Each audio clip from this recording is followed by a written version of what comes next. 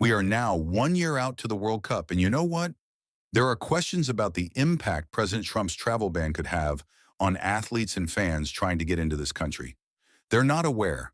The Trump administration has banned citizens from 12 countries from traveling and entering into the United States. You're part of the team. That's good. That's good. And when you want to kick out someone like this, that's true. That's true. Right. Recommends they apply now for a visa. Some consulates overseas are reporting delays of months, if not over a year. US is coming up. US is coming. Watch the US. In our last video, we broke down how Trump's Amazon tariffs triggered a massive shift, putting Canada in the spotlight as the big winner. Now it's happening again, except the numbers are even bigger and the stakes are global.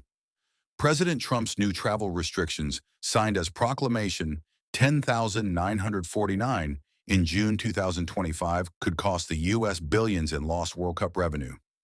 Fans from more than a dozen countries are facing up to 300-day visa delays, and entire contingents of media and staff are being locked out.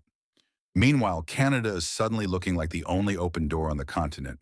The fallout is already hitting, and for thousands of people who spent years planning their World Cup trip, the situation is about to get a lot worse.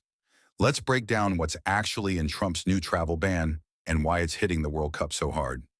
On June 4th, 2025, President Trump signed Proclamation 1949, an order that blocks entry for nationals from 12 countries, including Iran, Somalia, and Libya, and places partial restrictions on 7 more like Cuba and Venezuela. The official line is national security, but the reality is that this proclamation landed just a year before the World Cup, completely upending travel plans for thousands of fans. Here's the catch. While players and coaches are allowed in, their fans aren't. Take Iran as an example. The national team is cleared to compete, but Iranian fans are barred from entering the U.S. entirely. And it's not just Iran. In countries like Egypt, Nigeria, and Kenya, visa wait times are now exceeding 300 days, effectively making it impossible for most supporters to get in before the tournament starts. Fan associations from West Africa, the Middle East, and Southeast Asia are pulling out of travel plans, and many are shifting their focus to Mexico, where there are no such restrictions. The fallout is already visible. Major group bookings tied to Middle Eastern and African fan clubs have been canceled, especially in cities like Houston, where local committees are scrambling to fill empty hotel blocks. This is a stark contrast to the 1994 World Cup, where open borders helped the U.S. rake in $4 billion from international visitors. This time, the U.S. is looking at the loss of hundreds of millions in tourism dollars. The economic hit is immediate, and the diplomatic blowback is just as sharp. Nigeria's Football Federation has already asked FIFA to move their matches to Canada or Mexico. Amnesty International called the ban a violation of the spirit of sport. Iranian media labeled it humiliating.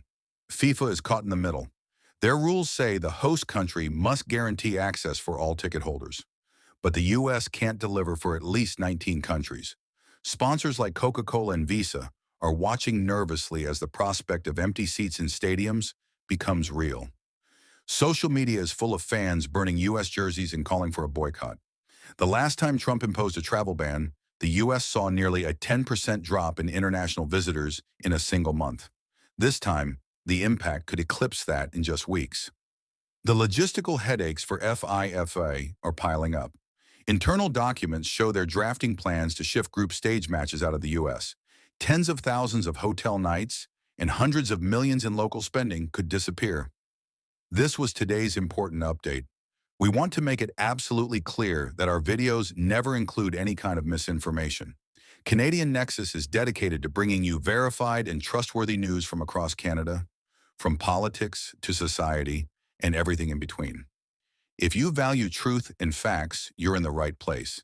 If you enjoyed the video, please like, share your thoughts in the comments, and don't forget to subscribe to the Canadian Nexus channel. Thank you.